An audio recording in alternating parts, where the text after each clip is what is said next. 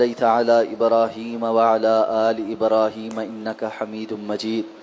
اللهم بارك على محمد وعلى آل محمد كما باركت على إبراهيم وعلى آل إبراهيم إنك حميد مجيد باب التيمم قال الله تبارك وتعالى فلم تجدوا ماء فتيمموا صعيدا طيبا۔ آج سے تیمم سے متعلق احکام و مسائل پر اس مسئلے کا تیمم کا باب شروع ہو رہا ہے۔ اللہ تعالیٰ نے قرآن مجید میں ارشاد فرمایا کہ اگر تمہیں پانی میسر نہ آئے تو پھر پاک مٹی کا تیمم کرو۔ اس باب کی شرح میں شیخ ابن عثیمین رحمہ اللہ نے ابتداءً تمہیداً کچھ باتیں تیمم سے متعلق ذکر کی ہیں جن کا بڑا فائدہ ہے۔ سب سے پہلی بات کہ تیمم کے بارے میں یہ بات متفقہ ہے کہ تیمم اس صورت میں ہوگا جب پانی سے متعلق انسان کا کوئی عذر ہو، خواہ وہ پانی کی عدم دستیابی ہو، یعنی پانی وضو کے لیے یا غسل کے لیے دستیاب ہی نہ ہو، اور خواہ پانی تو موجود ہو لیکن اس کے استعمال سے کسی بیماری کا لاحق ہونے کا اور بیماری کے پھیلنے کا یا بڑھ جانے کا یا کسی بھی قسم کی جسمانی اس طرح کی تکلیف کا اندیشہ ہو تو بھی انسان وضو اور غسل کی جگہ تیمم کر سکتا ہے۔ اسی طرح یہ بات بھی متفقہ ہے کہ تیمم کا غسل کے لیے اور وضو کے لیے دونوں کے مقابل ایک ہی طریقہ ہے۔ یہ نہیں کہ غسل فرض ہو تو تیمم کا طریقہ کچھ اور ہے، اور وضو کی ضرورت ہو، وضو واجب ہو تو تیمم کا طریقہ کچھ اور ہے۔ دونوں صورتوں میں اگر کسی انسان کو تیمم کرنے کی ضرورت پڑ جائے تو اسے ایک ہی طریقے سے تیمم کرنا ہے۔ تیمم کرنا در حقیقت امت مسلمہ کے لیے ایک آسانی ہے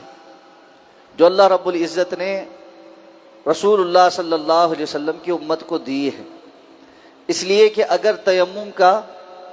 کی رخصت نہ ہوتی تو پھر کتنی ہی مرتبہ جہاں انسان کو پانی میسر نہیں آتا یا پانی استعمال کرنے سے حرج ہوتا ہے تو لوگ پریشانی میں مبتلا ہو جاتے، تو اللہ تعالیٰ نے آسانی پیدا فرما دی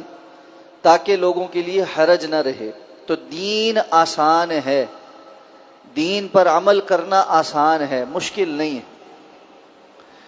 یہاں سے یہ بات بھی پتہ چلتی ہے کہ نماز کی اہمیت کس قدر ہے، کہ نماز کی فرضیت اس کے لیے خواتین کو ایام مخصوصہ کے علاوہ باقی کسی حالت میں مرد اور خواتین کو نماز کی چھوٹ نہیں ہے۔ خواتین کے لیے ایام مخصوصہ بھی، اور جو ولادت کے بعد بچے کے پیدائش کے بعد جو خون جاری ہوتا ہے ان ایام میں بھی نماز کی رخصت ہے۔ باقی مرد حضرات کو کسی بھی کیفیت میں نماز کی رخصت نہیں ہے، حتیٰ کہ اگر کوئی بندہ کسی وقت سویا رہ گیا ہے تو اس کو اٹھ کر قضا پڑھنی ہے، بے ہوش ہو گیا ہے تو اس کو ہوش میں آنے کے بعد ایک آدھ دن 2 دن کا معاملہ ہے تو وہ نمازیں ادا کرنی، الا یہ کہ کوئی نعوذ باللہ کسی طویل قومے میں چلا جائے اور اس کے بعد جیسے بسا اوقات کچھ لوگ ایسے ہوتے ہیں سالوں کے بعد جاگتے ہیں، ان کے متعلق علماء کا موقف یہی ہے کہ ان پر نماز پھر ان تمام سالوں کی نہیں ہے، بلکہ وہ ایک بیماری میں تھا اور جیسے جاگے گا تو بس پھر اپنی روٹین کی نمازیں پڑھے، وگرنہ حالت جنگ ہے، بیماری ہے اور طہارت کے لیے پانی میسر نہیں ہے، یا پانی استعمال کرنے سے بیماری بڑھ جائے گی، یا شدت کی سردی ہے اور ٹھنڈا پانی ہے تو بیمار ہونے کا خدشہ لاحق ہے، ان سارے عذروں کے باوجود نماز ادا کرنی ہی ہے۔ کھڑے ہو کر نہیں پڑھ سکتا، بیٹھ کر پڑھے، بیٹھ کر نہیں پڑھ سکتا، لیٹ کر پڑھے، اشارے سے پڑھے، حالت خوف میں چلتے ہوئے نماز ادا کرے، جنگ کی حالت میں کچھ سپاہی پیچھے کھڑے ہوں اور کچھ نماز ادا کرے اور وہ جو ہے پھر بعد میں پیچھے آئیں اور یہ پیچھے والے پھر اپنی رکعت ادا کریں، ہر حالت میں نماز ادا کرنا فرض ہے، نماز کو نہیں چھوڑ سکتے۔ اسی لیے رسول اللہ صلی اللہ علیہ وسلم کی احادیث کے مطابق مسلمان اور کافر کے درمیان وجہ امتیاز اور فرق کرنے والی چیز نماز ہی ہے۔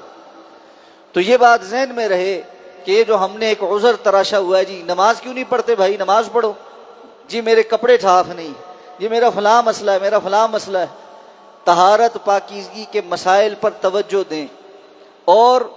نماز کے لیے تیاری کریں۔